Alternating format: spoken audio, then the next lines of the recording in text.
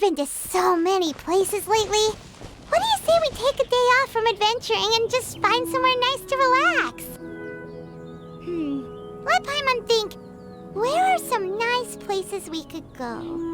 Oh, why don't we pay Cloud Retainer a visit at Mount Outsong? It's been a while since we last saw that illuminated bird. She's always the one popping up out of nowhere and scaring us half to death. So let's surprise her this time. Here we are, right outside her place. Do you still remember the first time we came here? We even brought offerings and everything. And when we told her that Rex Lapis had been assassinated, she immediately threatened to squash Liyue Harbor.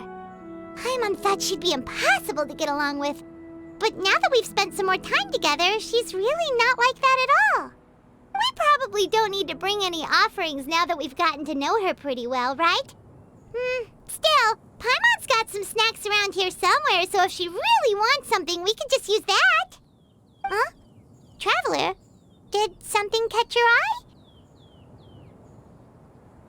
Whoa, what a pretty lady! Is she also here to visit Cloud Retainer? Yeah, you're right. All it takes is one look and you can tell she's someone special. As expected of that bird lady, really. She must have a whole bunch of Adepti friends from all over the country. Okay, but if we're both friends of Cloud Retainer, then we're basically friends by association, right? Want to go up to her and say hello? Helping you make more connections is a part of Paimon's job as your reliable guide. Paimon's got this.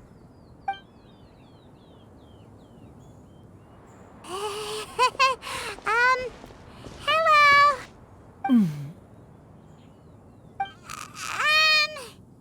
Paimon is Paimon! And this is the Traveler.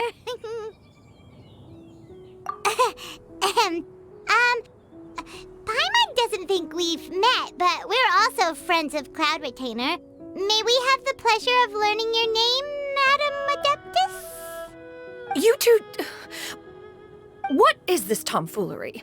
Has this shift in form so clouded your eyes that you no longer recognize one anymore? Wait, you're... Huh? You're the illuminated bird? But you look... human! How did that happen? Oh, donning human form is scarcely any test of one's abilities. As for your confusion, one merely had no reason to indulge such inclinations before. So, you're indulging now because? Well, one has made plans to pay a visit to some disciples at Liyue Harbor. Taking on a human form for such a trip is simply a way to make matters less conspicuous. You? Worrying about keeping a low profile?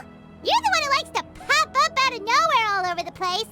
In fact, Paimon can think of several examples. Like last year, when you suddenly appeared on the top of a roof without any warning, or...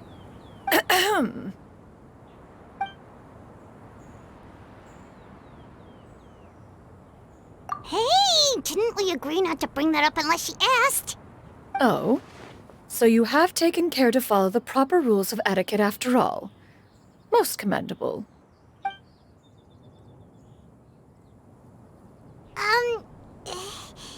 Well, this is all Paimon's got. You don't mind, right? One has never found oneself lacking in basic comforts. On the contrary, it is the gesture that one values above all else. So long as you've shown proper respect and consideration, the quantity or quality of the gift is but a trivial matter. That kinda makes Paimon feel a little guilty for trying to keep them for herself. Anyway, where were we before you reminded Paimon about the gifts? Ah, right. So by disciples, you must mean Ganyu and Shenhe. It's also been a while since we last saw them. Maybe we can come too. One planned to extend the invitation even if you had not raised the matter yourself. Shenhe and Ganyu should be quite pleased to see you again. However, one would first inquire as to the reason behind your visit here. You have cause to seek one's company? Yeah, we just found ourselves missing you and wanted to see how you were doing. We were hoping you'd tell us one of your stories. Who knew we'd run into your human form while we were at it? Is that so? If there are no urgent matters at hand, then let us make haste for Liyue Harbor. Ganyu is likely still working at Yuehai Pavilion, so that shall be our first stop. Sounds great! Then let's all go to Liyue Harbor!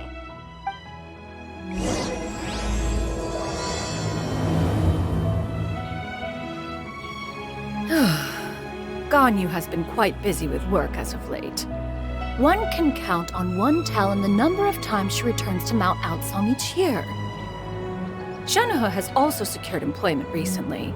In her correspondence with me, she wrote that she shall have no need to return for the foreseeable future. Did they think one was so easily mollified? One shall investigate everything with one's own eyes and decide for oneself if their living conditions are satisfactory.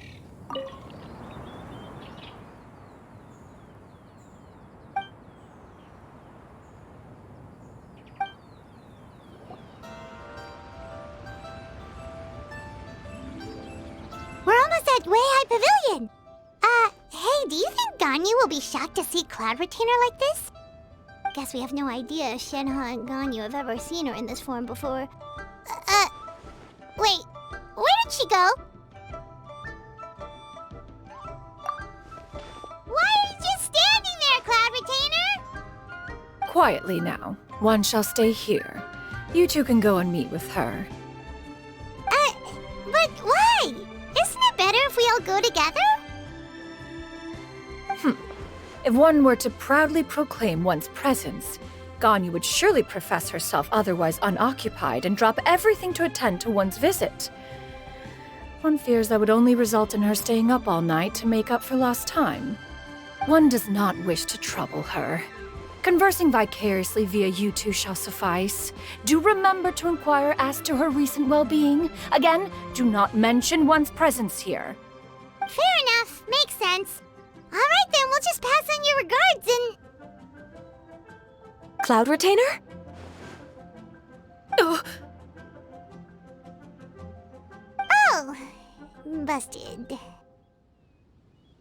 Is that lady someone you know, Miss Ganyu? She is indeed. I'm sorry, Huixin, but could we delay the upcoming meeting for a little bit? I believe my schedule today is quite full.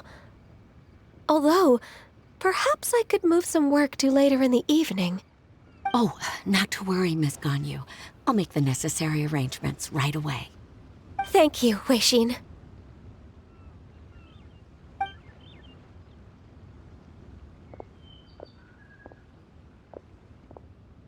It's been a while, Ganyu.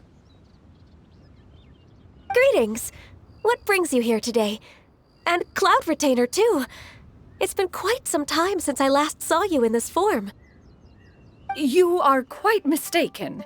One is not acquainted with this Cloud Retainer of whom you speak. One is simply a mere mortal passerby. Huh? Seems she's not buying it. That was but a simple test. One did not expect you to be able to recognize one so easily, especially after so many years of only seeing one's other form.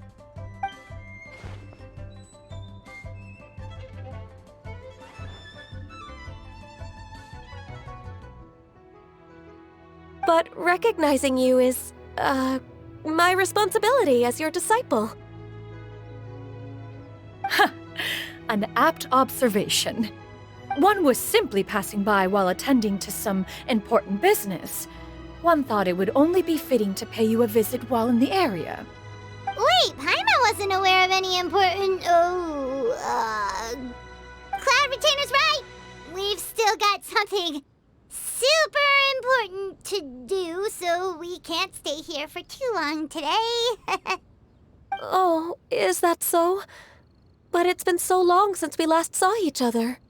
One simply desired to see you and had no intention of interrupting your work. A quick conversation should suffice for today. A more involved reunion should wait until you find yourself less occupied. I understand. That should be fine. While one acknowledges the amount of work that you have to deal with every day, one must also remind you to rest. Though Adepti blood flows through your veins, excessive exhaustion will still cause grave harm to your body. It still makes one nostalgic to see you as you are now, respected and independent. When you were young, you oft begged one to cuddle you to sleep when you suffered from nightmares. Cloud Retainer! Stop! If you insist. We are running short on time regardless, so one will refrain from going into each and every story. Why don't you continue your conversation? One shall simply stand by and listen. Wow, you've been to so many new places since the last time we spoke. If you ever need anything, please just come find me at Yuehai Pavilion. Also, forgive me for my presumptuousness, Cloud Retainer, but if you plan to continue appearing in this form, don't you think it'd be helpful to adopt a human name? A human name? Huh. You raise a valid point. Considering the sheer extent of one's renown, Cloud Retainer is surely too recognizable as a name. You really think so? Not that you're not famous or anything, but that famous? You presume to know the extent of one's illustrious achievements. One would hardly think such a thing to be possible. Nevertheless, Ganyu's advice cannot be ignored. From this point on, when in public occasions, be sure to refer to one as Xianyun. Xianyun? I assume that's a reference to the full record of Pristine Pavilion. An Adeptus of years past would rise with the clouds and rest with the moon. They were enlightened and wise, free and unfettered. The writer referenced Master's name to describe her carefree and spontaneous nature. Oh, that sounds super cool! Paimon feels like only the most powerful of Adepti could rise with the clouds and rest with the moon. Actually, those lines were originally written to describe Cloud Retainer herself. Huh? Wait, so you're really that powerful? And what of it? Did you truly take one to be nothing more than a bird of bigger than average size? Not exactly. To be fair, Cloud Retainer rarely speaks of her past accomplishments. The tales of her past can only be found in ancient texts. It is said that once, a long, long time ago, there was a severe drought in Liyue. Left with no choice, many people left their homes, while others spent day and night praying to the Adepti. Although I did not live through such tragedy, simply reading about it is enough to gain a visceral understanding of all the pain and desperation during that time. On top of the drought, a noxious gas also began to spread through the land. If not for Cloud Retainer's efforts, much of Liyue would be nothing more than a barren wasteland today. The books had this to say about what happened. Upon arrival, the Adeptus borrowed the wind to retain the clouds. Immediately, the clouds gathered together, and abundant rain burst forth from the heavens. Drought and plague were both driven away, and the people were saved. Wow, that's incredible! Mortal records add embellishments to dramatize past events. One did merely what one ought, and even if one had not interceded, the other Adepti would surely have stepped in to help. Even so, you stopped an entire drought! Can you really control the weather like the book said? Oh, Paimon suddenly has a lot more respect for you. So it was Paimon's bad for calling you Illuminated Bird before. You're not too mad, are you? How laughable. A name is but a simple label we carry with us on our journey through the world. Why would one be offended by such a trivial matter? That's a relief. In that case, Paimon will continue to call you whatever feels right in the moment. Well, that is quite enough ancient history for now. Ganyu, have you had word from Shenhe? One has heard that she procured a job recently. Have you any thoughts on her workplace? And what, pray tell, of her monthly remuneration? Moreover, does she find herself overly inundated with work? Is she allowed time off during Lantern Rite? That is a lot of questions. There is no cause for concern, Cloud Retainer. I introduced Shenhe to her employer personally. Wanmin Restaurant's business has been booming recently. So, with Chef Mao being swamped with customers, and Xiangling still off and out in search of new recipes, I introduced Shenhe to staff the restaurant. I see. Most excellent indeed. One has had the pleasure of being introduced to that family. Xiangling is kind and astute, while her father is loyal and reliable. One has no cause to believe that they will make Shenhe's work difficult.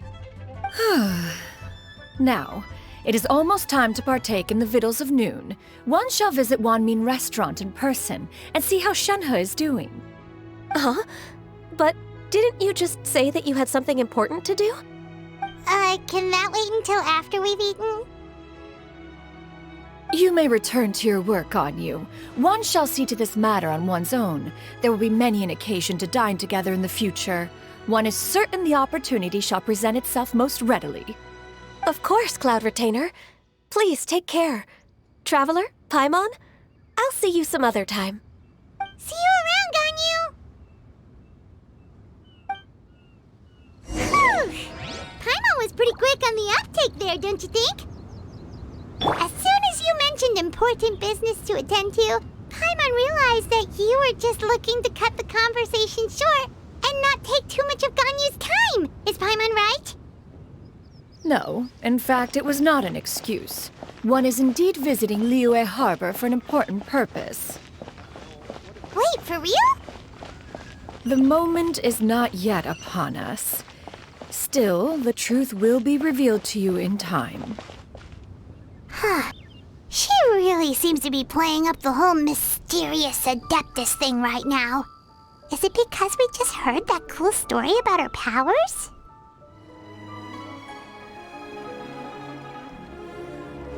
You get what I'm saying, right? Yeah, how can I not? Not even fine food is enough to distract from the presence of a fine lady, eh? Oh, I'm far more interested in getting her details than ordering any dishes. Hey, how about you ask her? You do it. No. I think you should. Wait, she's coming. What can I get for you today? Greetings, miss. I was just wondering if you'd be willing to... What would you like to order? 2 servings of Mora meat to go. Good chat. Bye.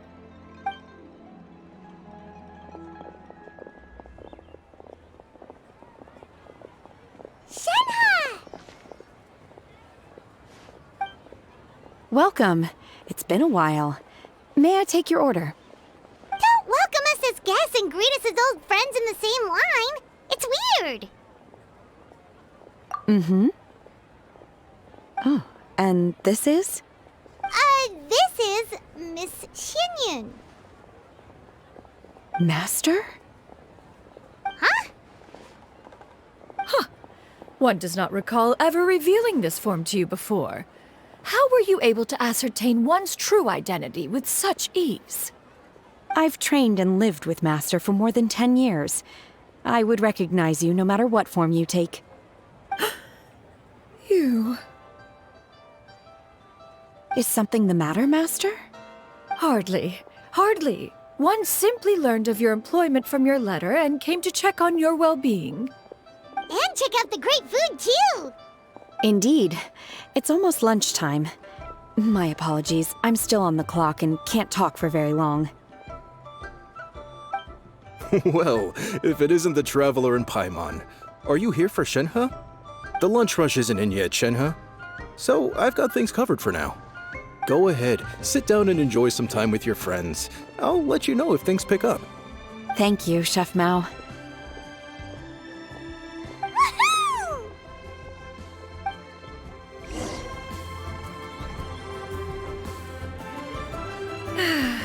It is just as one expected. The owner of Wanmin Restaurant is indeed a most reasonable and accommodating human. Still, the work here entails dealing with quite a varied group of people. Has this been difficult for you, Shenhe? It's been manageable so far. I sometimes run into strange people, but I have figured out a way to deal with them. Seems like you've been making progress. So by dealing with them, you mean... First, I try to talk sense into them. If that doesn't work, I threaten them with violence. At this point, they usually decide they are in favor of a civil conversation. Oh, how should Paimon put this? Oh, a sensible plan. One is gladdened to see you integrate so well into human society. And you, Master? How have you been? Simply marvelous. Though Mount Outsong has scarcely enjoyed your presence recently, one has hardly found the pleasure of one's own company to be lacking. I see. Just as expected of Master.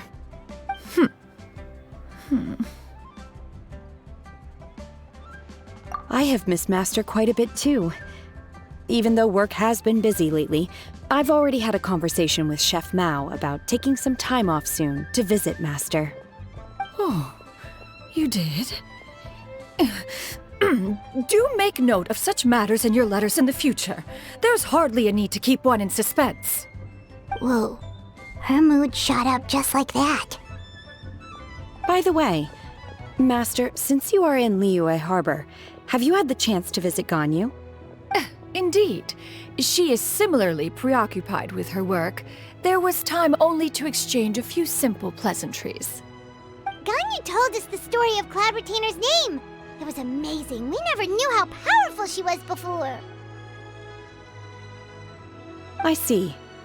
In that case, allow me to also share a story about Master's past. Oh?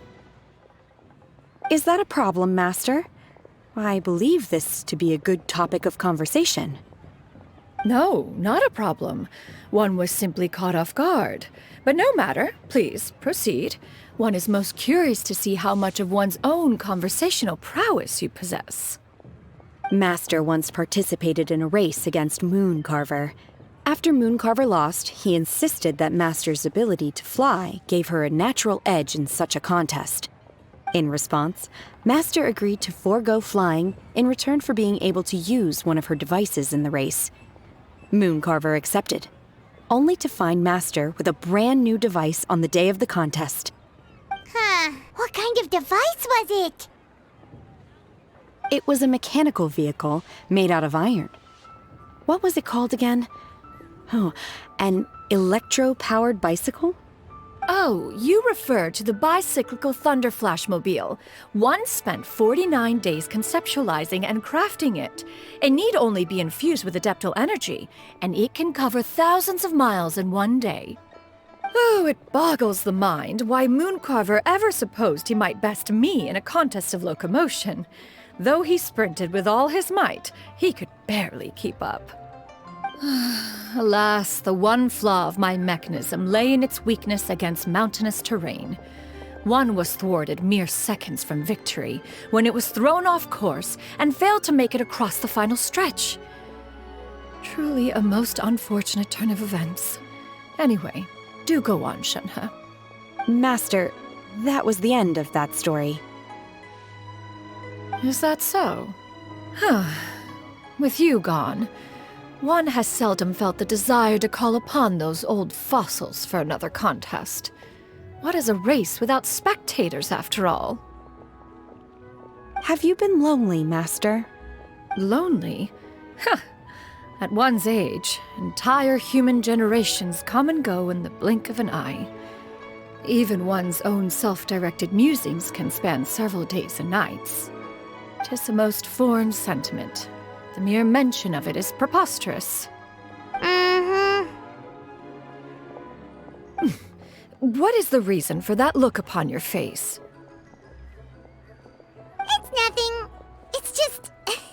Well, Paimon gained a lot of respect for you after listening to that story of you summoning the rain and everything. But all it took was a few words out of your mouth, and it's like you're back to being that illuminated bird again. I was just a little bit confused. Which one of the two is the real cloud retainer? To me, they are both, Master. One is the master that's widely revered by the people, while the other is the master that I respect and adore. Huh. One finds oneself exalted yet again with sweet words of praise and flattery of a most extravagant nature. You chose to exalt one with your words, yet you refuse to grace Mount Outsong with your presence for any extended period of time. One would almost question the sincerity of your estimations. This is not to say that your words paint an inaccurate picture. One has always lived by a single ideal. Eschew all action and abide by no rule. One does as one pleases and speaks as one pleases. Others may critique or praise as they see fit, yet one places little weight in such judgments. She got, 2 sentences of flattery from her disciple, and it's as if her ego is about to burst.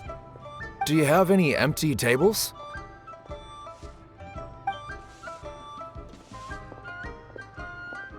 Hey there, could we get another fish stew?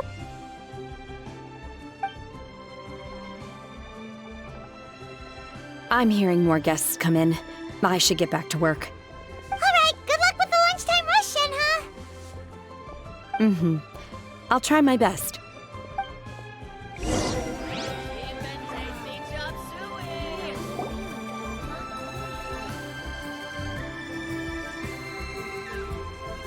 So much yummy food! Paimon's gonna feast!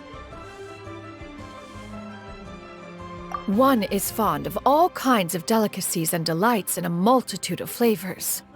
The dishes here demonstrate no shortage of culinary skill. Their unique flavor profile has left one more than satisfied.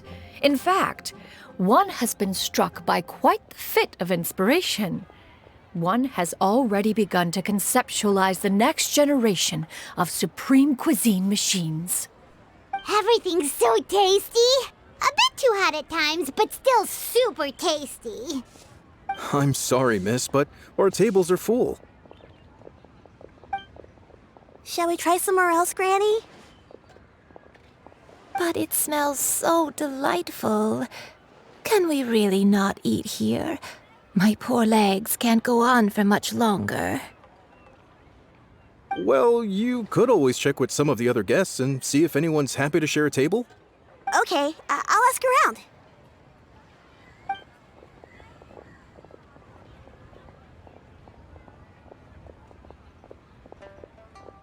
Excuse me. Would you mind letting us share a table with you? There are no empty tables left, so... Ah, well, Paimon doesn't mind. What about you guys?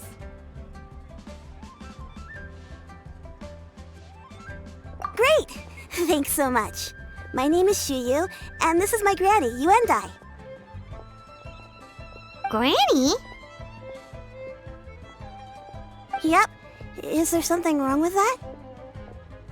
No, Paimon's just a bit surprised. She looks so young. Yeah, a lot of people compliment Granny on her youthful looks, but she's actually much older than she appears.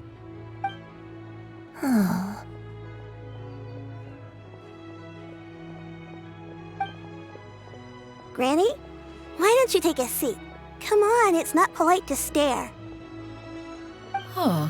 Have we met before? No. 'Tis a fated meeting, then. Please, take a seat. What would you like to eat, Granny? I can order for you. I want braised earthworms. They always pop up out of the ground after a rainstorm. No, not this again. Granny, there's no braised earthworms on the menu. Braised earthworms? Well, that sounds weird. Do people actually eat that? Right, that's what Paimon was thinking too. Need any help? Help? Oh, do you mean with Granny? Thanks, that's nice of you to offer. Granny has pretty bad dementia, so her memory's getting worse all the time. She's always saying things that sound kinda confusing. Actually, her memory's been bad ever since I was little. But it's gotten so bad lately that I even have to remind her who I am every morning. They died young. It's just me and Granny now. Oh, but it's okay. Don't feel bad. Granny loves me a lot, and I love her a lot too. Sure, it's hard at times, but you just gotta make the best of the life you've got. Wow, you're really tough for your age, kid. You're too kind. And me? Oh, what about me? You're tough too, Granny. Plus, you're really gentle, and you're always there for me. Yes, and it's hardly as if I forget everything. I still remember the important things. Wait, what was that really important thing again? Ah, I remember now. It was a dream. I had a dream where everything was dark. Someone was standing in front of me. She told me to come and find her, and that once I'd found her, I would be free. Huh? That sounds super important. But how come you've never told me about it before? It was just a dream, so I forgot about it. But I'm in a good mood now, and somehow I remembered it again. You know, I believe I've had this dream a great many times. But just how many times have I had it? Now that I do not remember. Wait, so you have a reoccurring dream where someone's talking to you? That sounds spooky. Oh, does that mean you're possessed?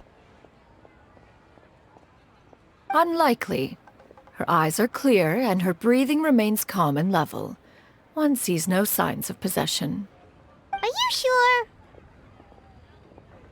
Who do you take me for? Is one not an adept? Am I not an expert? Huh, you're right. Paimon almost forgot you're the expert. In that case, do you still remember what the person in your dreams looked like, Granny? Not anymore. Although, I have a sense that she looked rather like me. But not as I am now. My younger self. A younger version of Granny? This is just getting weirder and weirder. What is going on here? As one said, fate must have brought us together. You may leave the situation to me. Are you sure? So, what are your names? Paimon's Paimon. Just Xianyun is fine. Thank you all so much for offering to help. But first, I'm sorry for asking, but, how do you want us to pay you back? Oh, we don't need any payment for this.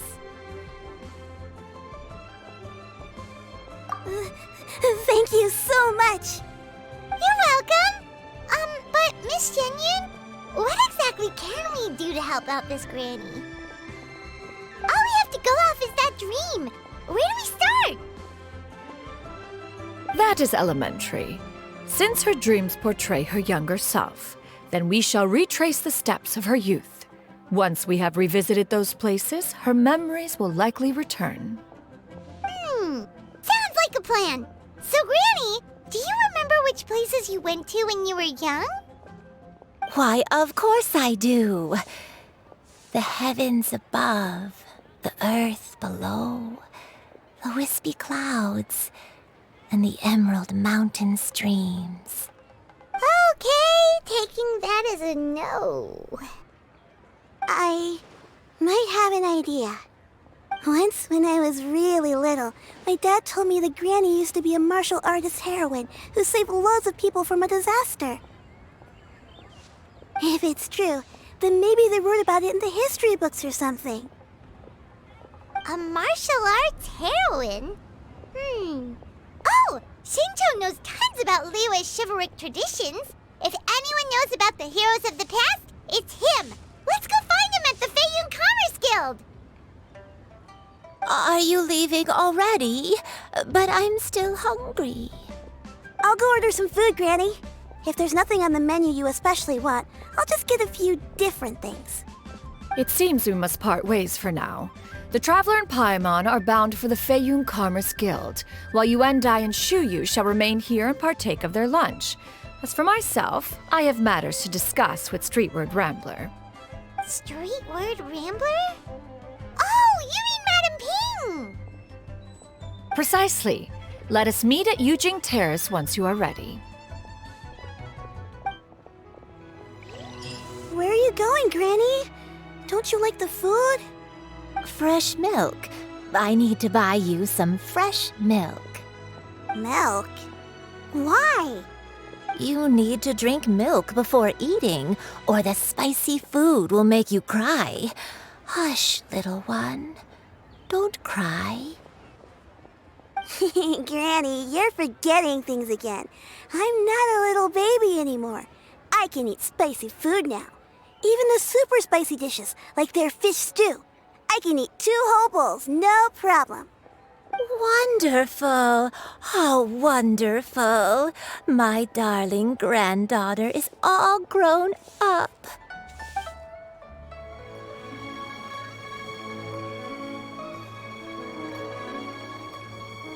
Huh. It's you two. What brings you here? Xinqiu! Great, we found you! We wanted to ask you about something.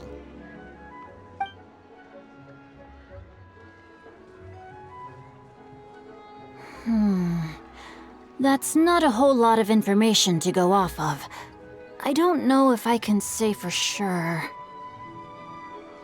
I can't pinpoint her identity from your description alone, but considering her age, I am reminded of a nameless heroine who's been featured in various chivalric novels. Nameless heroine? That's right. The novels often speak of a great drought from 50 years ago. As the people suffered, a nameless heroine appeared and began to clear away evil spirits and bandit camps. The people idolized her, but never learned her name. All they knew was that she always acted alone. Later, though, she supposedly fell in love with a similarly noble-minded exorcist from Mount Tianheng. They were well matched in more ways than one, often fighting together as a fearsome duo of otherworldly strength. After the drought ended, the heroine and the exorcist left the public eye and began living a reclusive life in the mountains. All that remained were tales of her incredible accomplishments. The way this nameless heroine faded from fame into obscurity later in life is not too dissimilar from Miss Yuendai. I hope that's somewhat helpful. Thanks a lot, Xinqiu. We knew it'd be worth talking to you. It's nothing at all. Just something I came across while reading. I did do a bit of extra research on her story, but it was just out of personal curiosity. Well, Paimon still thinks that's super cool. Oh, wait, Xinqiu, if you've read up on her, do you know of any places often associated with her? Let me think. In the novels, the nameless heroine always appeared near one of 3 places. Wangshu Inn, the area just north of Jueyun Karst, and Qingyun Peak. Perhaps the real-life heroine who inspired the character was also often seen near those 3 places. That would explain why those locations appear in the various novels written about her. You're welcome. To be honest, I found some parts of the story confusing when I first came across it. If Miss Yuendai was indeed the original inspiration for the character, she may just be able to help me put the pieces together. It's rare for a chivalric hero to fade into obscurity during their lifetime, even after retiring from the public eye. But no one ever saw or heard from the nameless heroine again. There were even rumors that she became extremely ill. I've never understood why someone would go to such lengths to erase themselves from public memory. It's almost as if she was trying to hide from something. There's probably far more to the story than what's been written. We'll be sure to tell you if we manage to uncover the truth. That's a deal. Perhaps Behind the truth of it all, there lies a story more fantastical than any work of fiction. Paimon feels like we just learned so much from Xingqiu. A drought, a nameless heroine, a life of seclusion. Wait, why does the story sound super familiar? Oh, right! There's a drought in this story, too! Xingqiu, are droughts super common in Liyue or something? Well, they used to be. But people have long since developed methods to prevent them, like by cultivating the soil or digging canals. So while droughts do happen from time to time, they are rarely regarded as true disasters. The drought 50 years ago is probably one of the worst we've had in the last several centuries. The crops withered, the streams ran dry, and the monsters in the mountains became rabid and agitated. Countless caravans were attacked, and people who lost their homes came together to form bandit groups. What started as a natural disaster soon became a human tragedy as well. That sounds awful. Yeah, and that's exactly why the nameless heroine was so beloved. She must have been someone of true integrity, to do so much for the people while asking nothing in return. Still, as terrible as that drought was, it was nothing compared to the truly calamitous disasters that befell this land in ancient times. They say that back in those days, disasters were both more severe and more common.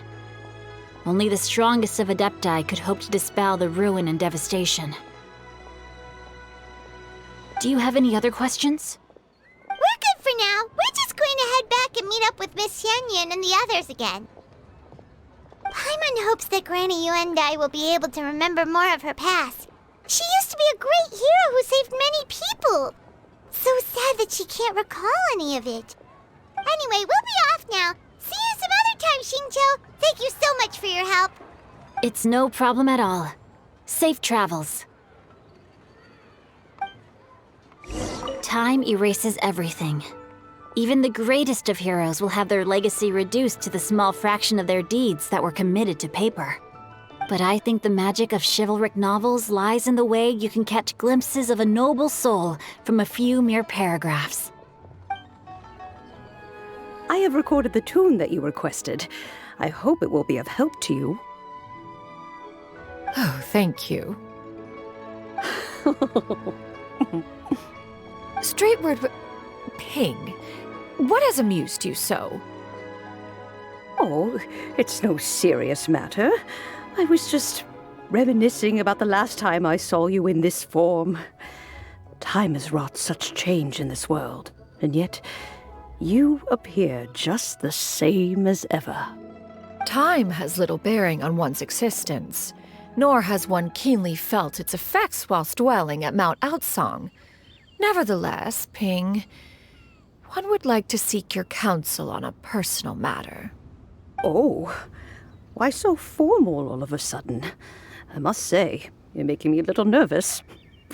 What is it? Well, the inquiry is as such.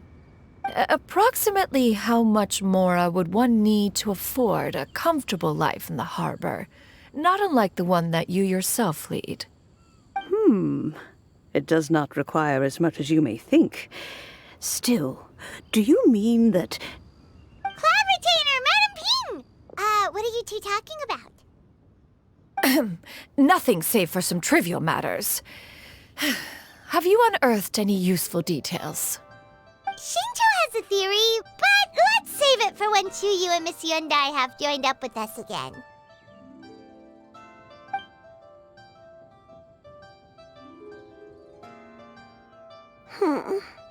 Do not be troubled, young lady. Here, have some tea. Thank you so much. What do you think, Chuyu? Does it match up with what you know of your granny? According to the story, the nameless heroine eventually fell in love with an exorcist from Mount Tianheng. Maybe that's my grandpa. I don't have many memories of him, but there was this one time I found a box in our attic full of a bunch of weird sigils. I think so too. Granny might remember something once she's returned to a familiar place. What marvelous tea. I can taste the dew's sweetness in this cup. It's as if I was taking a stroll in the mountains, thoroughly one with nature and at peace. Is that so? Then please drink as much as you like. There's no need to hurry. At our age, it's always nice to slow down and take the time to appreciate pleasant conversation among friends. Thank you. Okay, since we have the time, can I ask you something? Sure thing. What would you like to know? I have a secret I want to tell you. Let's go talk over there.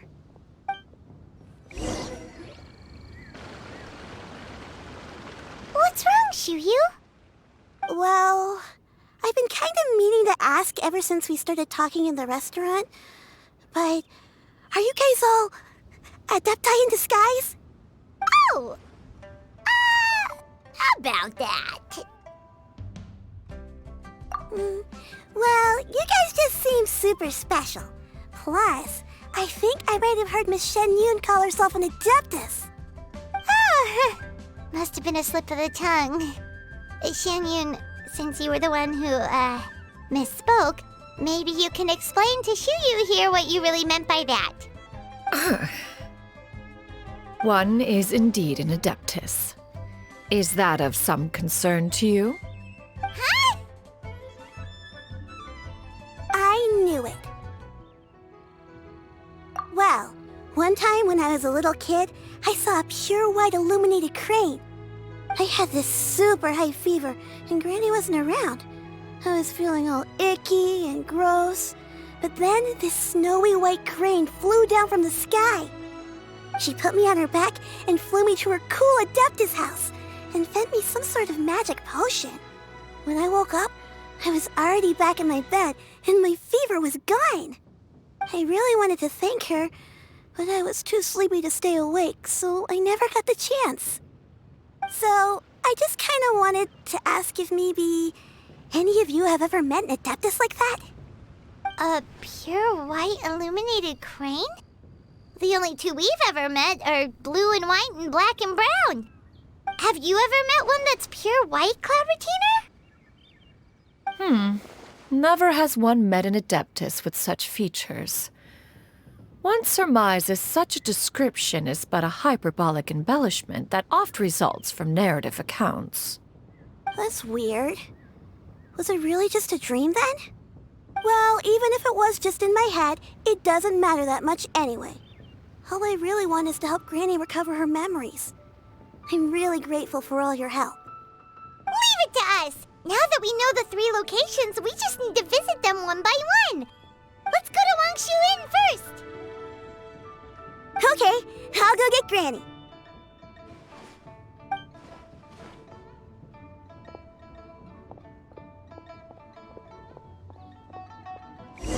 Leaving already?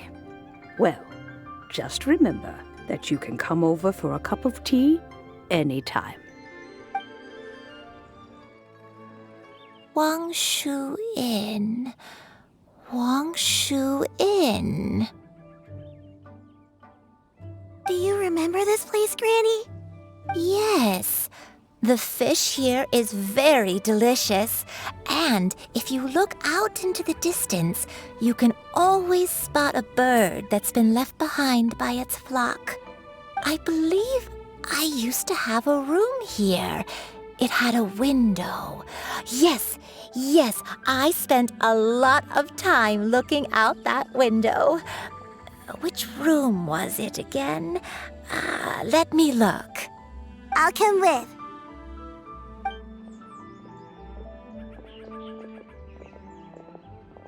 Paimon's still having some trouble understanding what she's talking about, but if she's so familiar with this place, that must mean she lived here, right?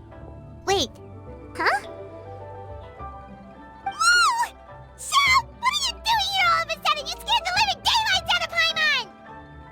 I sensed a non-human presence and decided to come take a look. If you're here, then there's likely no trouble afoot.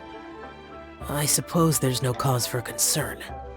It's been a while, Cloud Retainer. I see you have returned to your previous form. I have indeed. I fought alongside her in this form on many occasions during the Archon War. Oh, wow! What was she like during the war?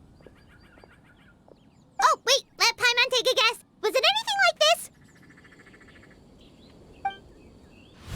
Behold, the glory of one's newest invention, the Bang Bang continuous fire mechanism. Hands up and surrender, or be prepared to face the full might of the Adepti. An impressive imitation. Paimon knows her all too well.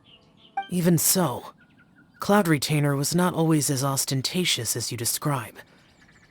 You may be unaware, but her talent with Adepti sigils is just as formidable as her skill in mechanics. The Archon War reached its peak after Guizhong's death. The Cloud Retainer who fought beside me in those devastating battles was taciturn and solemn, only speaking when she had to activate her sigils. A Cloud Retainer who barely talks? Paimon can't picture it.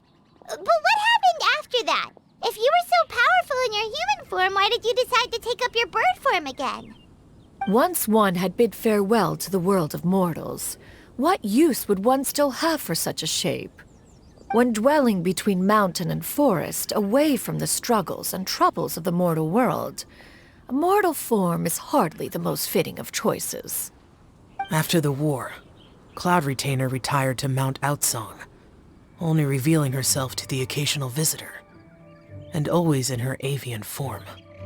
Although I do believe there was an occasion some 30-odd years ago when she decided to don her human form.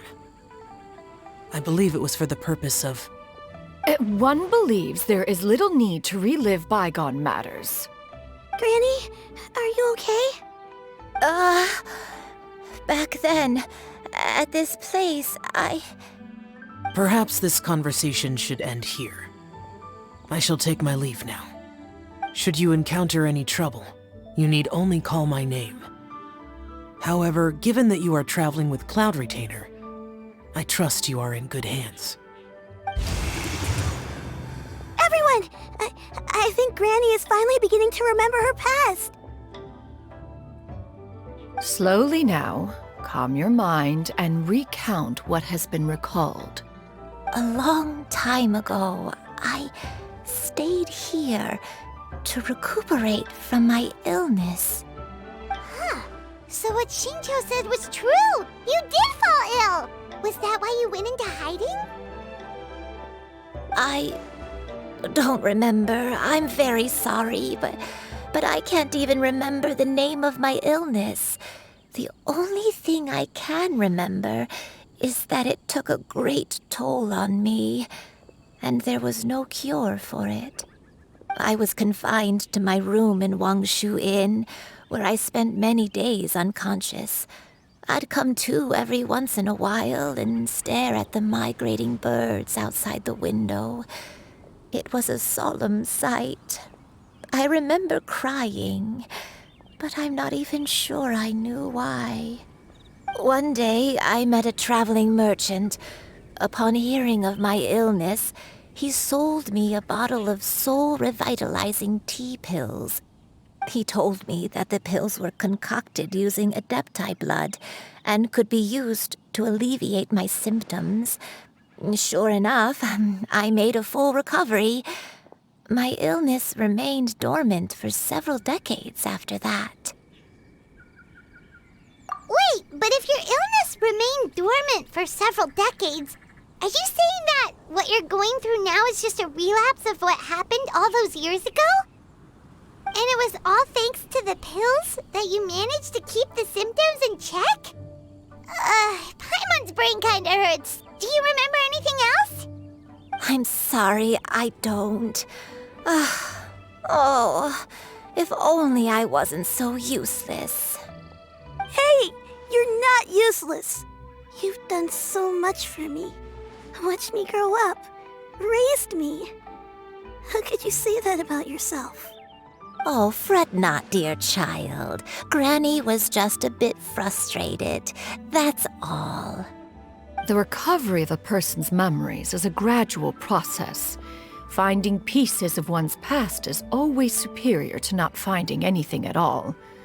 Let us make haste to the next location. Next location. Next location. Oh, why don't we go to the area north of Dwayunkars next? There isn't really a landmark there, so where should we start? Oh, Paimon's got it. Let's check out the houses in the area first. After all, if she was there for any length of time, then she would have stayed somewhere, right? Oh, Paimon's really got her thinking cap on today. At this rate, we'll recover all of Granny Wendai's memories in no time.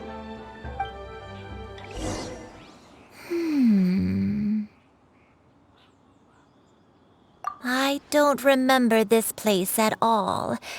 I don't think I've ever been here before. Still, I was thinking, this place feels perfect for a game of hide and seek. Huh? Why a game of hide and seek? I'm not sure. Maybe it's because I used to play that game a lot with Shuyu when she was younger. I don't remember playing it that much. Are you sure about that, Granny? We only played a few times, and we stopped once we realized I was no good at the whole seeking part. Ah, is that so? Then I must be mistaken. Not here then. Let's try somewhere else. Do you remember anything about this place, Granny Wendai? Let me think. I feel like I've been here before, but I don't think I stayed here too long. I might have just rested here briefly before continuing on my way. Got it. That's okay. There are still plenty of other places we can check. Wait a second. If I remember correctly, I believe I brought... Ah, yes. I brought some sweet snacks with me. Go on, take some. You need to eat a lot if you want to grow big and strong. Oh, thank you! Then Paimon will help herself.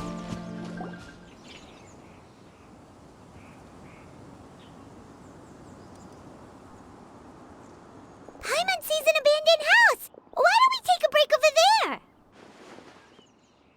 This place... it's...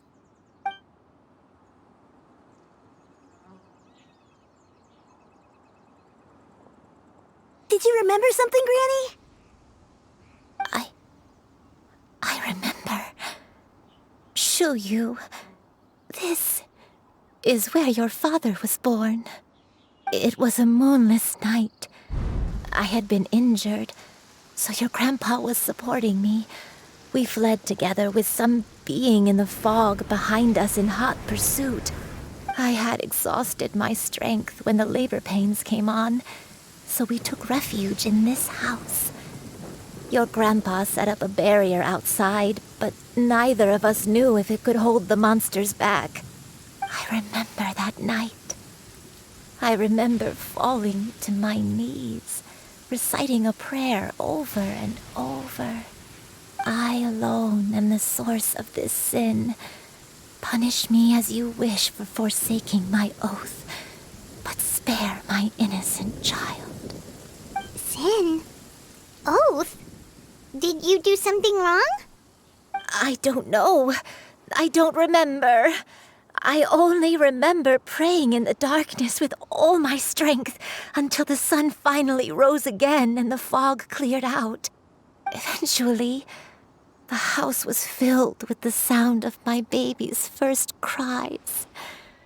That baby was your father. I remember I clutched him tight to my chest and wept tears of joy. It was the first time I'd ever felt such happiness in my life. My dad? He was my pride and joy, and so are you, Shuyu. You're so much like him, and I love you both so much. But you're always going to be different from me. Why? Just what did I do? I don't care what you might have done, Granny. You'll always be the person I love more than anything. You're too sweet, Xianyun. I'm lucky to have you with me. If not for you, I would not have had the courage to come here, to try to remember what I had forgotten. All right, let's not stand around any longer. There's one place left, yes? Let's go take a look. If one recalls correctly, the next place should be Xianyun Peak. Yuandai, how fares your health? I may be a bit slow, but I'll do my best to keep up. I'm sorry to keep everyone waiting. Climb on, I shall carry you to the top. Oh, such lightness of weight. All those who grow old grow frail in the end, do they not? First, you lose your memory, then your health. Eventually, you end up losing everything. My only wish is to depart this world with a lucid mind, to free myself of this torment and the burden it places upon others. Fret not, you have my aid in this endeavor. We're finally here. Does this place feel familiar to you, Granny Yuandai? Let me see.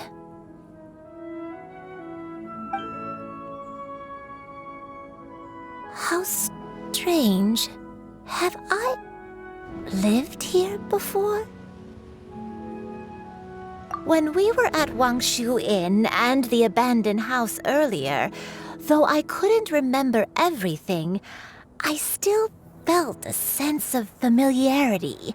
I could easily picture myself in those places. But here, I don't have that feeling. Perhaps I did come here in the past, but it just didn't leave a strong impression on me. But did the stories get it wrong then? Yeah, that's true. But they're also the only thing we have to go off of. Paimon was hoping this place would jog Granny Yuandai's memory just like the others.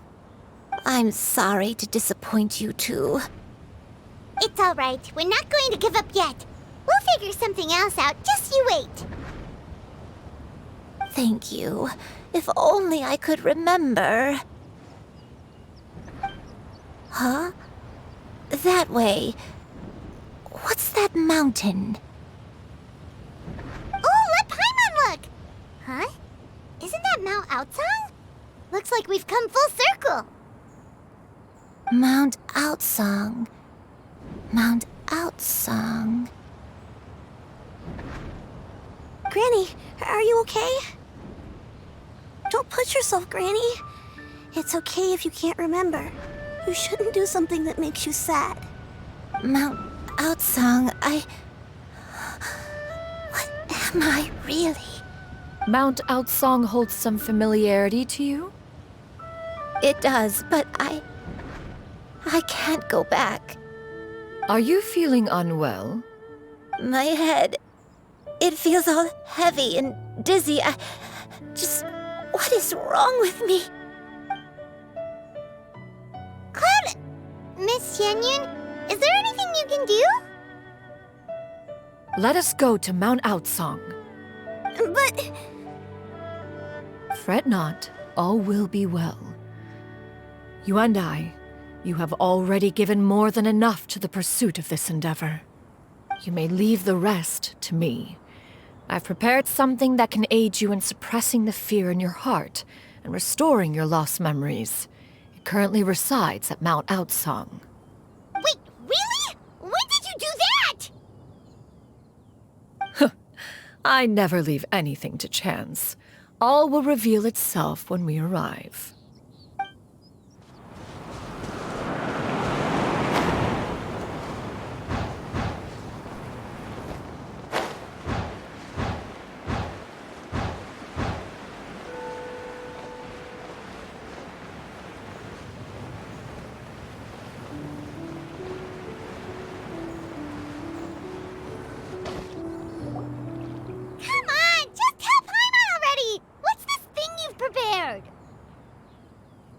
Here, this is it.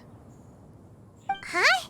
But isn't this the mechanism that you were tinkering with when we first got here? Oh, is it another invention of yours? Precisely. A recent one at that. I am most pleased with the result. I call it the Suspensus Somnium mechanism. It periodically releases a soft breeze, which when paired with a gentle adeptal tune, can help the listener subconsciously relax and even enter a semi-hypnotic state. Soothing agitation and anxiety, relieving exhaustion and insomnia, its potential uses are numerous indeed. And of course, it can also aid in the recovery of lost memories. Whoa, what a cool gadget! But if you had it all along, why did you keep it to yourself until just now? We could have come to Mount Outsong right off the bat and saved time on a lot of floating. How preposterous. Had Yuendai not recalled much of her past through her own efforts, the device would have nothing to draw upon. We Adepti can only help those who first resolve to help themselves. Had she lacked such determination and strength of character, one would have little to offer in way of assistance. Paimon thinks she gets it now. Hey, what's that other thing? As previously mentioned, a gentle adeptal tune is required to take full advantage of the mechanism. One secured such a tune from Streetward Rambler. Only with her melodies can the mechanism reach its peak power. Whoa, Paimon can feel what you mean. Paimon's body feels light as a feather. It's as if she's lying down on a warm patch of grass after a super satisfying meal. And you and I, is the mechanism helping you to relax? It appears she has already succumbed to the depths of reverie. Come, join one on this side. We shall give her some time to herself.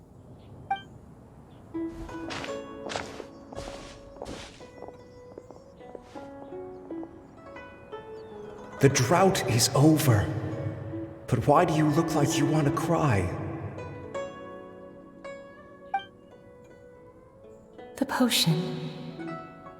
It's nearly run its course. I've never regretted meeting you. Not even for a second. Please. Please, no.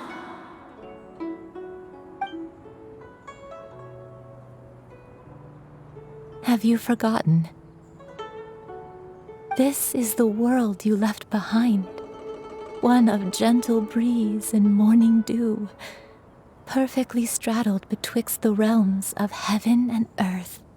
This is your home. This is where you belong. You should have never left. The you of the past, the me from not that long ago, we should have never.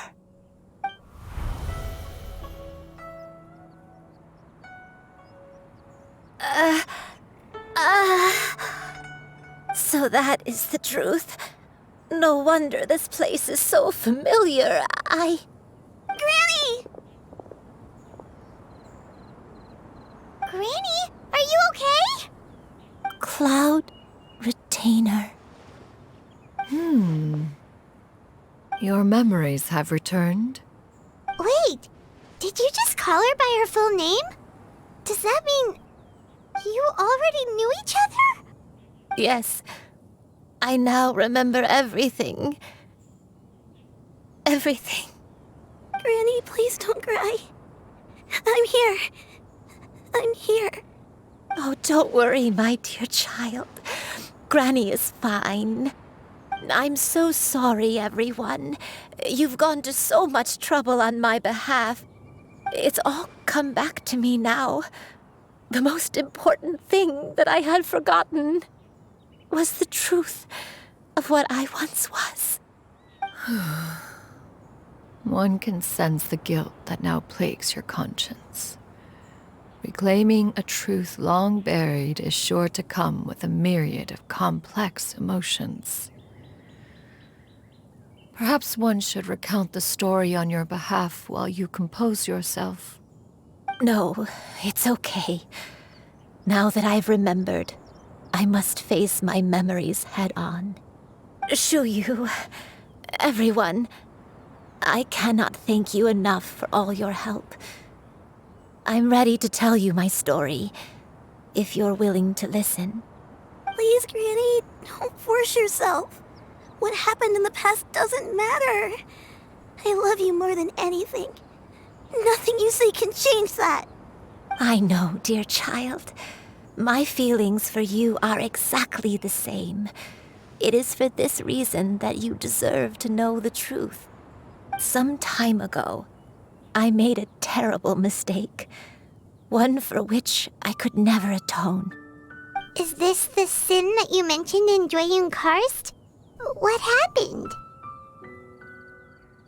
I am, in truth, not a human being. My real form, one that I held for centuries, was that of a wild crane. I spent many, many years living on Mount Outsong, bathing in the soft breeze and drinking the sweet dew of the mountains. At some point, I somehow gained wisdom and sentience. The Lord of the Mountain, Cloud Retainer, became aware of my existence and began to share many stories with me. She even passed on the secret of cultivation to me. Though she never took me on as a formal disciple, I always saw her as my master.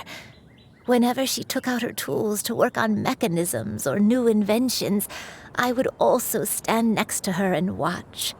I even contemplated completing my training and becoming an adeptus in my own right. I followed her teachings, and time gradually passed us by.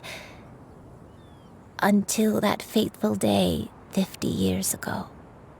50 years ago? That's right. Master regaled me with many stories of her past deeds. From them, I learned how she had saved people from a similar crisis in the past. She was the one I looked up to the most. More than anything, I dreamt of becoming an adeptus like her. I wanted to travel the land like she had, relieving suffering wherever I went. But I was still far from being a real adeptus. I possessed no ability to take on human form and fit in with the crowd. Once she learned of my desires, Master prepared a special dose of human mimicry potion for me. She warned me that the potion's effects would only last 10 years, and if I were to fail to return to my original form at the end of that time, I would forever forget my past as a crane and become something neither human, beast, nor adeptus. Oh no. So that was the source of your dementia all along. Was it because of Grandpa? Indeed, I fell in love. Though he was human, he had spent his entire life training on Mount Tianheng. When we met, it was not only my first foray into the world below, but his as well. Although clumsy and impulsive as he was, you'd think he was the real strange bird among the two of us. But still, just like me, he cared deeply about the world and wanted, more than anything, to cleanse it of all pain and suffering. I could not help but fall for him. But my time continued to tick away. Those 10 years passed by in a flash. Yet I did not want to leave his side, so I... Oh no, what happened next? I committed an offense. I wanted to stay with him, even if it meant living a life full of pain and suffering, even if it meant that I would eventually turn into a monstrosity. I knew I had betrayed Master's hopes, but I was too ashamed to face her. So I wrote her a long letter instead and asked someone to leave it outside her abode. I was convinced that she would not support my decision, and I lacked the courage to speak to her face to face. In my shame, I fled and tried to hide from the world, such that no one would be able to find me again. But that was only the beginning of my troubles. I began to suffer from a strange illness. My memories became hazy and confused, and I could no longer keep myself awake. I understood that my pain was caused by my refusal to return to the life I was fated to lead. Along with my memories as a crane, I soon forgot the true cause of my suffering as well. I knew only that I had committed a sin. All I could do was pray for forgiveness, even if I had long forgotten what needed to be forgiven. Looking back, I was beyond lucky to have come across that traveling merchant at Wangshu Inn. It was such a fortunate coincidence that we were there at the same time. If it weren't for those soul-revitalizing tea pills, I probably would have... Granny! What's wrong? Coincidence? Why did I ever think it was a coincidence? Tea pills concocted using the blood of an adeptus? No, it couldn't be. Master, don't tell me. Back then, that merchant was actually... Human custom would dictate the conferral of gifts to be in order when one's progeny is wedded, would it not? Consider the pills a symbol of one's best wishes. So when I tried to conceal my name and mistakes from the world and hide myself away in perpetuity, the only person I managed to deceive was myself. You knew where I was all along. One still remembers when you were but a fledgling. You possessed a certain fondness for a particular game. You would hide yourself among a group of wild cranes and ask one to pick you out from among the flock. One found you with such ease every time. 'Tis a truth most evident. One always recognizes one's own, no matter what form they may take. Wait! Paimon's confused! So, Cloud Retainer, you found Yuendai again? But how? When? And what happened after that? Perhaps it is now time for one to recount the rest of the tale.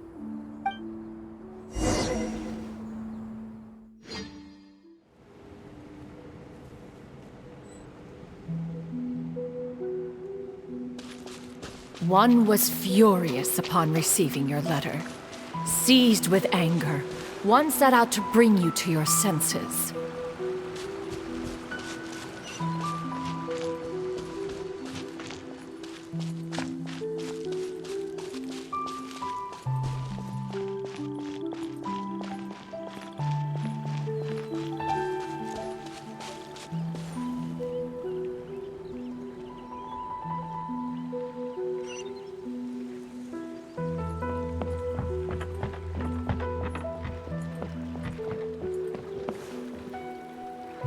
In truth, one had more than a few misgivings about your chosen partner.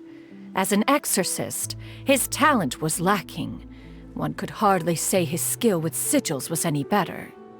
But soon, one came to appreciate the devotion he bestowed upon you during your illness. He never uttered a complaint and rarely left your side. Unwilling to begrudge someone of such character, one decided to overlook his aforementioned deficiencies, glaring though they may have been. Wishing to grant you a life without regrets, one gathered many divine ingredients and used one's own blood to create a form of medicine. Though imperfect, it managed to suppress the more dire effects of your illness. As for how to deliver the medicine, after much contemplation, one eventually decided to perform the deed oneself. One took great care to alter one's features and select the appropriate attire. Only after meticulous scrutiny did one finally set out for Wangshu Inn. As one expected, you were most ignorant of one's true identity. You showed not even the slightest inkling of recognition. one was quite torn. Should one have celebrated the success of one's disguise, or mourn the loss of your acquaintance?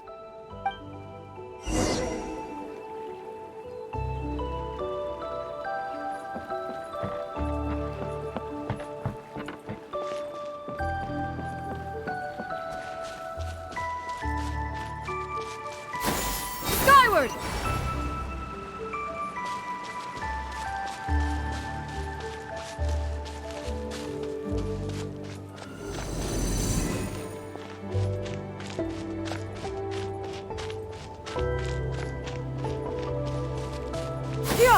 Nevertheless, one would speak to you about another matter, if you are amenable. Even considering your loss of memory, one was simply flabbergasted that you could so easily forget the consequences of consuming medicine infused with adeptal blood. Its proclivity to attract monsters is hardly that complicated of a concept to remember. To think that you tried to travel while weak from sickness and heavy with child. Had one not intervened to clear the fog, all of you would have been lost during the night.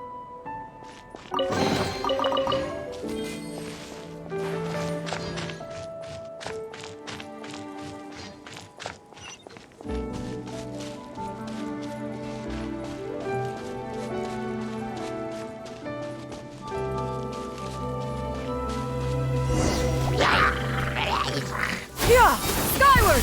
Scatter!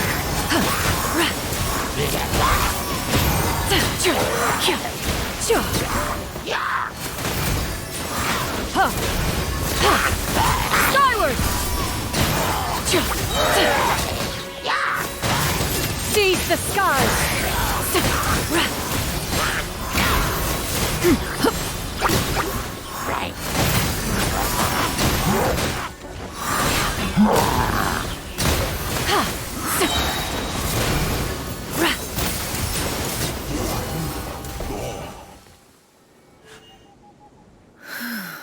Those monsters would hardly have pursued you with such ferocity without sufficient incentive. They were likely incited by the presence of godly remains. Said godly remains, in turn, were likely drawn to the trace of one scent on your body. One was, after all, an active participant in the Archon War. Some of the gods were likely shattered by contraptions of one's very making. In the end, one was relieved to see you endure through the night. At the break of dawn, one heard an infant's cry pierce through the air, and one saw you carefully cradle the child to your chest.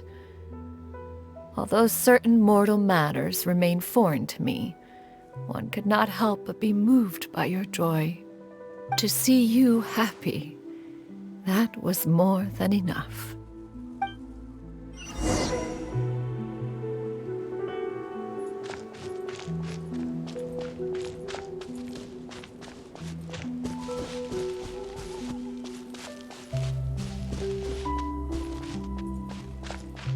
Now you should have a complete understanding of the events. Wait! But if that's true, then the crane who took care of me when I was sick must also be... Ah, one had almost neglected to recount the absurdities of that tale.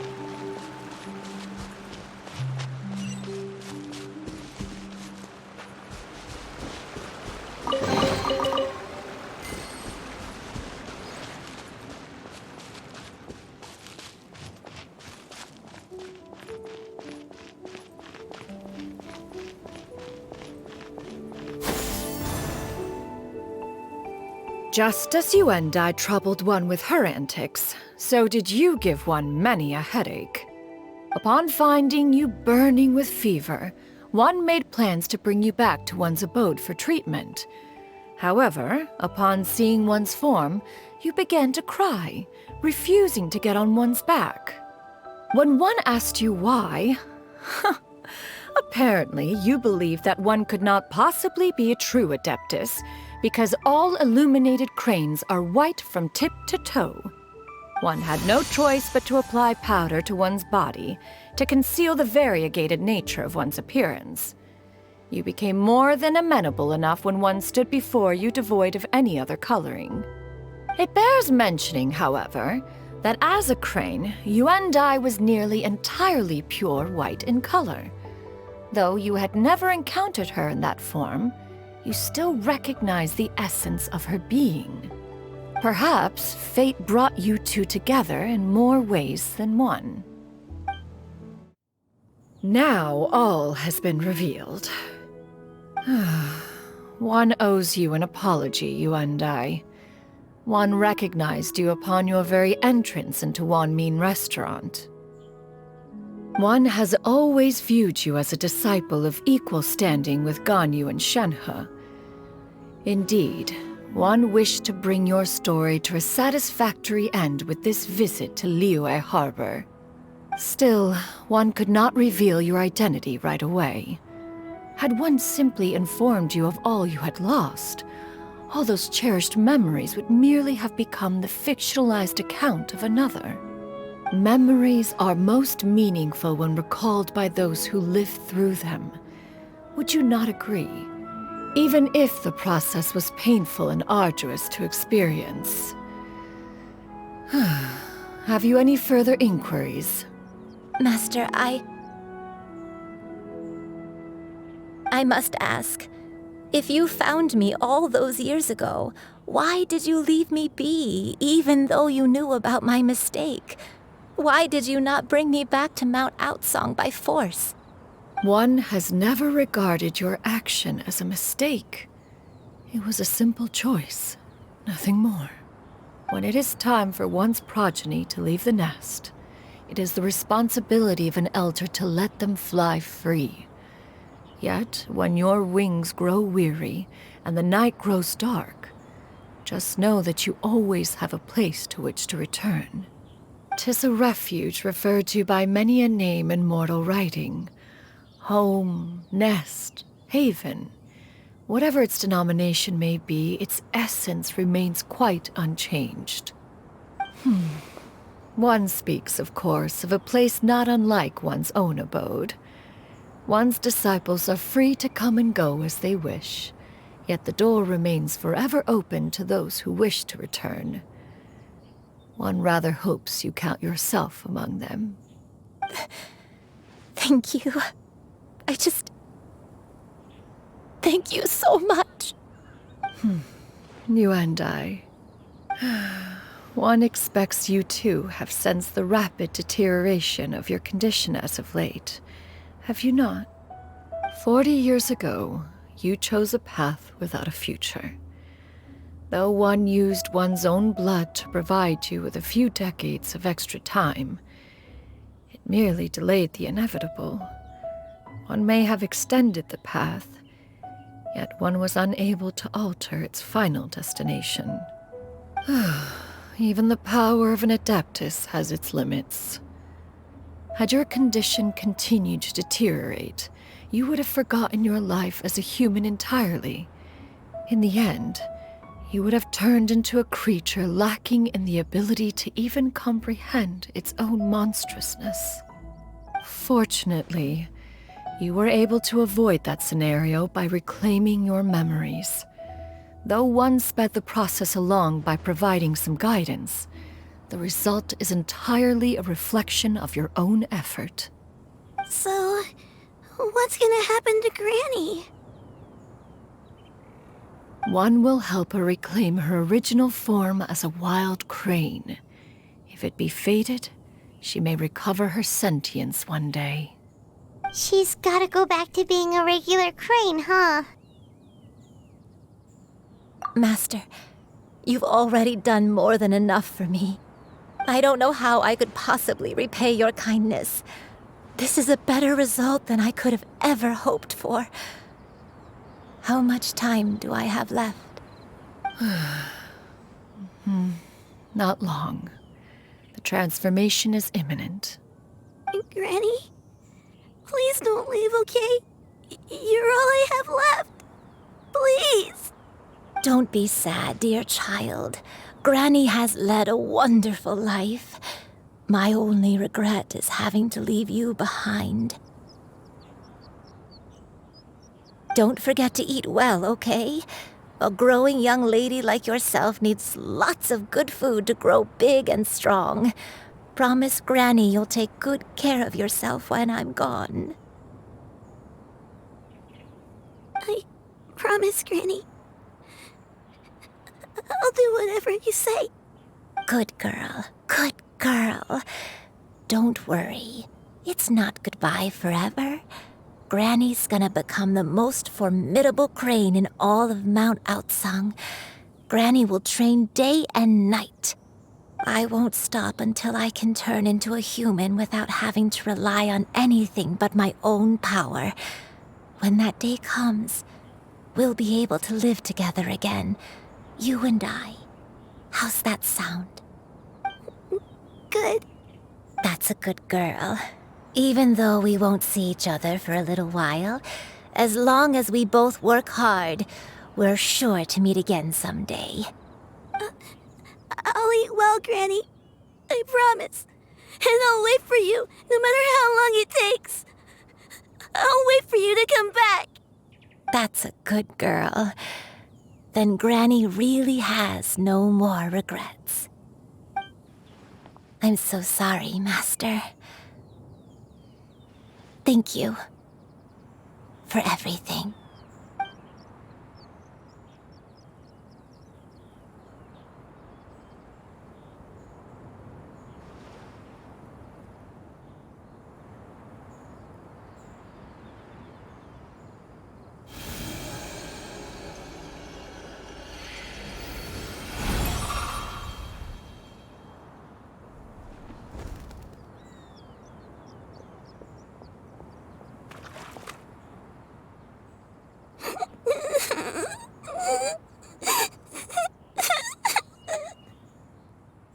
Xianyun. Let her be. At her age, crying is a natural, if not fitting, response to such an event. Tears are a necessary part of maturation. Sometimes there is scarcely a better vehicle to wash away the toll of stress and misery. Now that the issue has been resolved, you should also take a moment to relax. Give yourself some time to rest. Take a nap if you must. One will wake you in due time.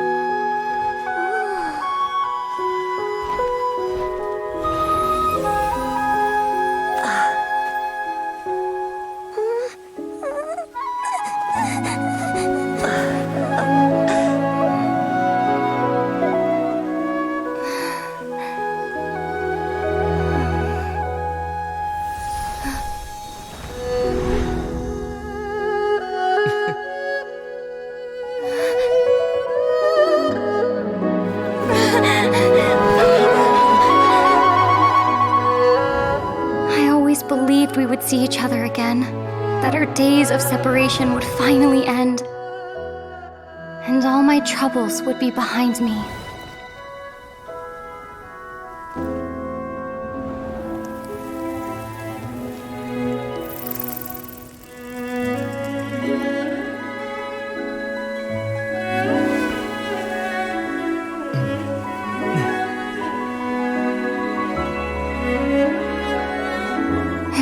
Things could stay this way forever.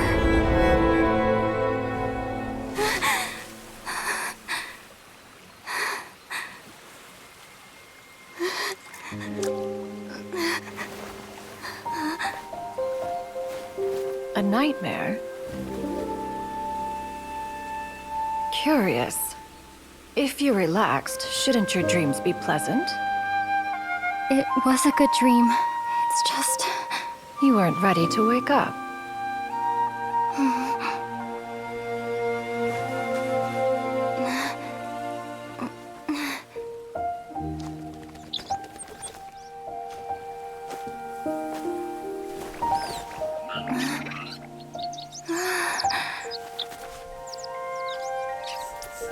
Eloquent as one may be, words of comfort are not one's strong suit. You are doing all you can. One can see your strength of will, your fearlessness in the face of danger. And so, whatever your dream may be, one believes that you shall achieve it. Of course, whenever the perils you face overwhelm you, or you become weary, one is always here for you. After all, as an elder, it is only right to look out for the young ones.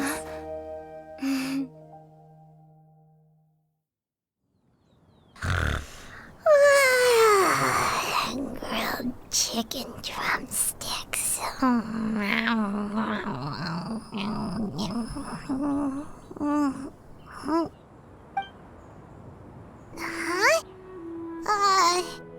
Was Paimon sleeping just now?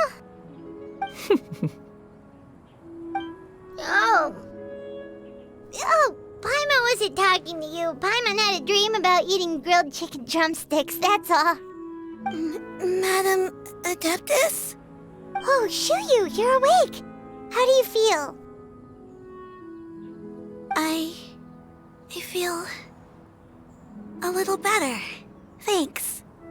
I know I'll see Granny again someday, so I don't feel so sad anymore. Madam Adeptus, could I ask you something?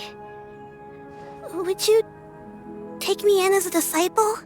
Oh, and have you reasons for this sudden interest? I know Granny thought what she did back then was wrong. She felt really bad about it. But without that mistake, I would have never been born. Even though Granny lost her memories, she never forgot to show me how much she loved me. So, I thought maybe one day I could become a cool Adeptus like you and help a whole bunch of people, just like Granny wanted to do. Upon some reflection, one supposes you are no mere mortal. The fact that Yuendai's blood flows through your veins is proof enough of that. If this is what you desire, one shall make it so. Thank you so much, Madam Adeptus. No, I mean... Master. Xianyun, are you sure about this? Paimon's gonna let you in on a little secret. We've seen Cloud Retainer's 2 other disciples, and they pretty much eat nothing but bitter herbs like chin-chin and violet grass. If you join them, you'll never enjoy Wanmin Restaurant's delicious cooking ever again. How utterly preposterous. One has never enforced such a rule. Every individual must find their own path to enlightenment. So long as one retains a pureness of spirit, one's dietary proclivities are quite irrelevant. Well, you say that, but Paimon's not seeing any tasty treats up here now, is she? Although Mount Outsong is rich in natural beauty, its location does preclude access to certain finer mortal comforts. That is precisely why one plans to relocate to Liyue Harbor. Shu Yu shall have the honor of becoming one's first disciple in the human world. Whoa, you're leaving Mount Outsong? One has never concerned oneself with the location of one's residence. From the very beginning, one has sought only solace and peace. Yet in the end, all of one's disciples ended up in Liyue Harbor. Ganyu, Shenhe, Yuendai, they all chose a life among the mortal world. One has reflected on this fact for many years now. One can only assume that it is due to some failing on one's part as an elder or master. A failing, perhaps, of recognizing what it was they truly wanted. One is most curious as to what aspect of Liyue Harbor could have enticed them to remain there. One could hardly offer an opinion on the matter, but perhaps some time in the harbor will prove instructive. Why are you all so silent? Paimon is, just a bit shocked, that's all. So, does this mean we can grab a meal together in Liyue Harbor sometime? One has precious little time to squander. However, if one finds oneself otherwise unoccupied, one would not be opposed to the idea. One will be assuming the identity of a human while residing in Liyue Harbor. You should take care to avoid disclosing one's true identity. Don't worry, we'll help you keep it a secret. So, when can we expect to start seeing you in the city? Perhaps in 2 days' time. One has some matters to see to before one's departure. Preparation is the key to success, after all. One plans to put up various items from one's collection for sale. The earnings should provide for a comfortable living in Liyue Harbor. One has already picked out a handsome property near Chuhu Rock. 'Tis no small purchase, but what is mortal life if not one expense after another? Seems like you've really thought of everything. Then how about we meet up in Liyue Harbor in 2 days? A sensible plan. See you then. Oh, also, why don't you take this suspensus somnium mechanism as a souvenir?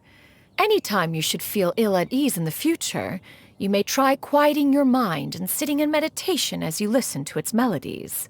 It might help you find a new perspective. Awesome! Thanks, Cloud Retainer! Hey, didn't we promise Xingqiu that we'd tell him what we found out? Should we make a trip to the Feiyun Commerce Guild? It's totally up to you. So, about your move to Liyue Harbor, you gonna tell the other Adepti about it? I have left an explanatory note in my abode. Those 2 old fossils will discover it, I am sure, should they come seeking my company. Considering their recent penchant for going off on private escapades, however, I find myself caring little for how they shall receive this news. We meet again, dear friends. How did everything go? Great! And it's all thanks to you! Ah, I see. So the stories didn't get it right after all. Even though she was a celebrated heroine, she had to bear a heavy burden that most could not hope to understand. Thank goodness for the help of that Adeptus. At least she was able to recover what she had lost. Although I cannot claim to know exactly how their story will unfold from here, I trust the ending will be a happy one. Those united in a common purpose always find a way back to each other in the end. Thank you for helping me fill in the gaps. And don't worry, I'll keep this all to myself. It's not my story to tell, after all.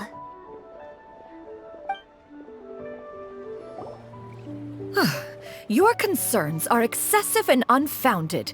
This is but a simple collection of ordinary valuables. Such intense scrutiny is hardly necessary.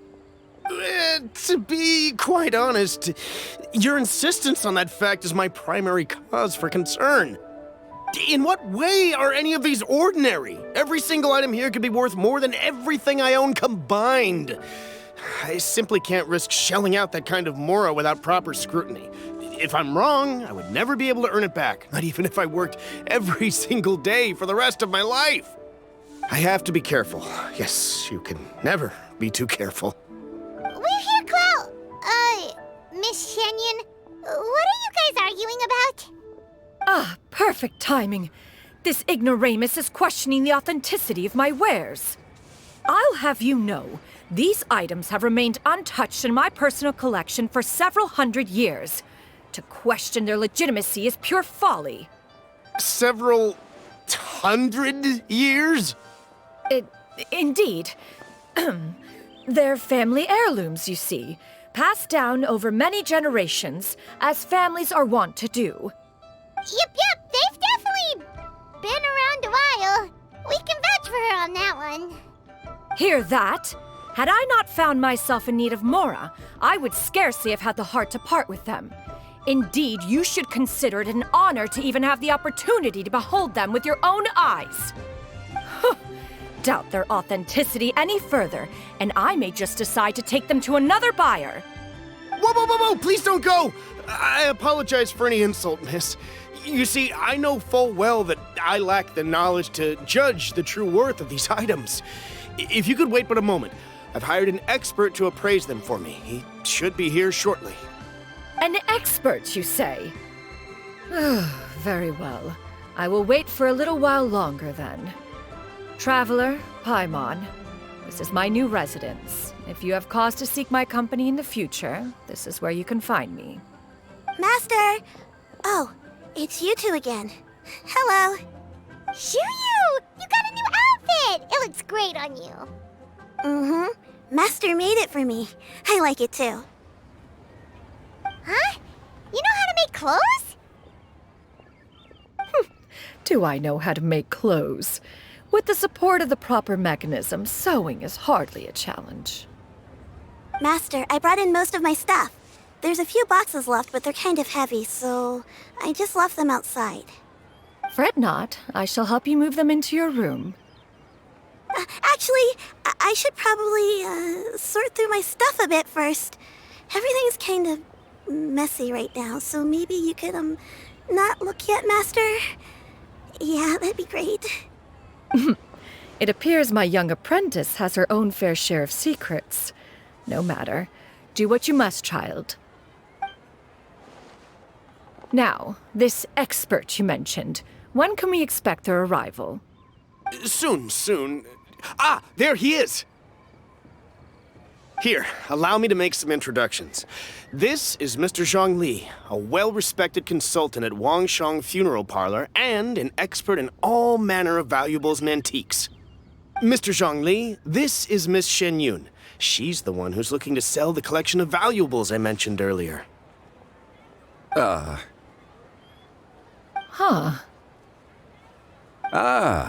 If it isn't Miss Xianyun. It has been quite some time since our last meeting. What a serendipitous reunion. Indeed, most serendipitous. Have you been faring well as of late, Mr. Zhongli? Quite well, thank you. I was fortunate enough over the past few days to enjoy both a stroll in the mountains and a fresh brew of tea from the most recent harvest. The experiences left me with such insight and peace. Huh. So you two are already acquainted? Indeed. How fortunate we are that fate has brought us together again. If you are otherwise unaware, allow me to inform you that Miss Xianyun is a well-regarded collector and appraiser. She is well-versed in all fields, and oft-celebrated for her impeccable taste. You stand to gain much from this opportunity. You are too kind, Mr. Zhongli. True collectors pride themselves on their wealth of knowledge and eye for detail. I can say without a doubt that you are foremost in that regard. Why, you flatter me, Miss Xianyun. It would seem that you are as self-effacing as ever. Not at all, Mr. Zhongli. Not at all. While I am loath to butt into this conversation, I must ask, you two already knew each other, and you seem to have quite a cordial relationship. Can I be certain that you're not working together to swindle me? I mean, you never know. Huh! A preposterous accusation. The heavens themselves would collapse before we would conspire to do such a thing. Miss Xianyun speaks the truth. Contracts are built on honesty and trust. If that proves to be beyond your capabilities in this instance, this transaction may be taken elsewhere. Say no more. Let us depart. I jest. What fool would still harbor doubts after Mr. Zhongli himself has vouched for the goods? Miss Xianyun, wait!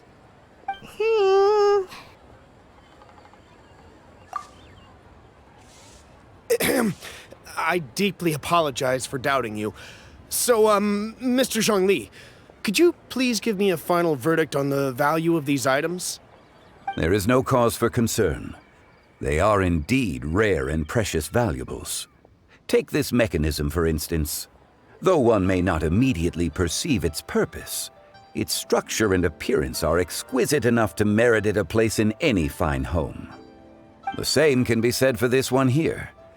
Few could hope to possess an item that so perfectly blends mechanical wonder with geometric grace. I am sure you have heard from your travels that the study of mechanisms is among the most wondrous arts in this world. With that in mind, I earnestly recommend procuring every last item in this collection. All right. Since I hired you as my consultant, Mr. Zhongli, I shall, of course, trust your good opinion. Then, in that case, Miss Xianyun, I'll take the lot. However, since the final sum is quite large, how about we start with an initial deposit through the Northland Bank? The Northland Bank? Huh. Oh, you refer to the fiduciary house. Oh, very well. I fear people only use the term bank nowadays. In that case, I'll be off for now. I'll return to collect the goods once you've received the funds.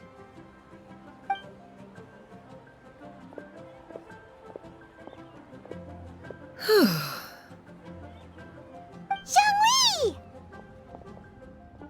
My friends, have you been doing well? We've been great! How about you? Paimon didn't know you were such a busy consultant!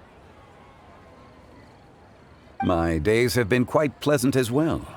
I had been quietly enjoying a cup of tea when Mr. Xiaozu requested my services.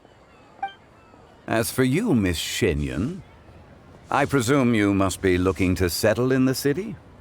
I must say, the name Xianyun sounds exceedingly strange coming from you. Perhaps you could dispense of that particular epithet in further conversation. Whatever for. Am I not addressing you as a friend should? Well, that is true, but... Alas, refer to me however you will. After all, a name exists such that others may address you with it. One is hardly ignorant of that fact. It would seem that you have gained many valuable insights over the years, Cloud Retainer. One has indeed. One's previous days were all brief. Now that one has made up one's mind to move and settle, one has gained a much better appreciation of the hubbub and commotion of the city, as well as the people's hard work and ardor. This city is much changed from how it was more than 1,000 years ago. Not unlike the ocean tides, so too shall the movement of people ebb and flow. From turmoil to peace, enlightenment to aspiration. Human society possesses limitless potential. In another 1,000 years, the scene we witness here may change in ways that are impossible for either of us to imagine.